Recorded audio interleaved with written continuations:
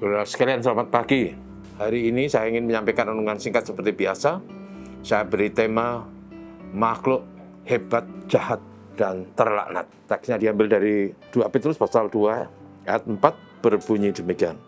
Sebab jikalau Allah tidak menyayangkan malaikat-malaikat yang berbuat dosa, tetapi melemparkan mereka ke dalam neraka, dan dengan demikian menyerahkannya ke dalam gua-gua yang gelap untuk menyimpan mereka sampai hari penghakiman.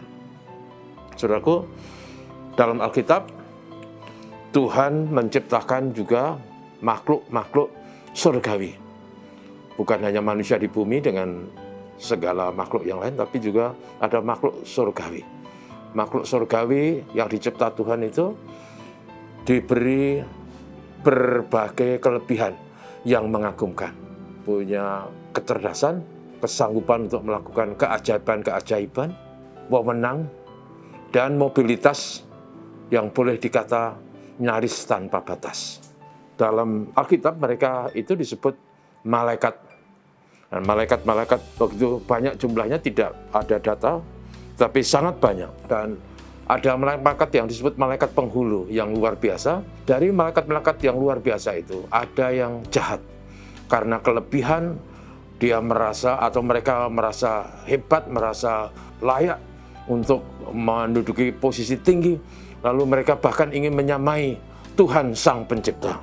Dan akhirnya apa yang mereka lakukan itu dalam bahasa Alkitab disebut dosa, melawan Sang Pencipta, sehingga mereka di dalam teksnya dikatakan dilempar ke dalam neraka. Dan sambil menunggu waktu mereka untuk hari penghakiman, maka mereka disimpan di gua-gua yang gelap. Saudara, makhluk-makhluk yang hebat itu, yang disebut malaikat yang berdosa itu, kemudian dilempar ke bumi, dan mereka itu menjadi iblis, menjadi setan, mungkin juga menjadi demit dan berbagai hal, tergantung sebutannya. Nah, karena apa? Karena pada waktu malaikat penghulu itu melawan Tuhan dan dilempar, rupanya dia bisa menyeret indikasinya sepertiga dari makhluk surgawi itu ikut terlempar. Wahyu 12 ayat 4. Dan karena dosa mereka mengembara dalam dunia. Sambil menunggu hukuman kekal abadi, mereka menyesatkan manusia, menggoda manusia, menipu manusia, sehingga iblis itu selalu melawan kebenaran, melawan orang-orang yang hidup benar, dan melawan orang-orang beriman. Melawan dengan cara menyesatkan, menipu, dan sebagainya. Nah, saudaraku, kalau Tuhan tidak menyayangkan makhluk ciptaannya yang punya berbagai kelebihan karena dosa, maka itu menjadi pelajaran bagi kita, manusia.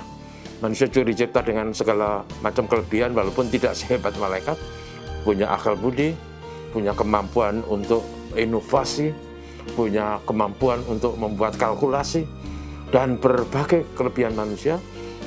Tapi ini pelajaran penting untuk kita. Kalau iblis atau malaikat penghulu aja dihukum, apalagi kita. Karena itu, saudaraku, kita harus belajar dari kebenaran ini. Sebagai makhluk ciptaan Tuhan, mari kita menghormati Tuhan, mari kita taati Tuhan, mari kita mengasihi Tuhan, mari kita menjadikan Tuhan sebagai Tuhan dalam arti yang sebenarnya. Karena kalau tidak, maka kita terjerumus dalam dosa, dan upah dosa itu maut. Maut yang mengerikan, yaitu dalam bahasa Alkitab disebut api neraka. Wahyu 20 ayat 14. Karena itu, saudaraku, puji Tuhan kita menjadi milik Tuhan, mari kita hidup benar. Kalau Tuhan beri kelebihan, Tuhan beri pendidikan, Tuhan memberi berbagai hal, mari kita tetap konsisten untuk hidup benar. Belajar dari malaikat-malaikat yang jatuh tadi.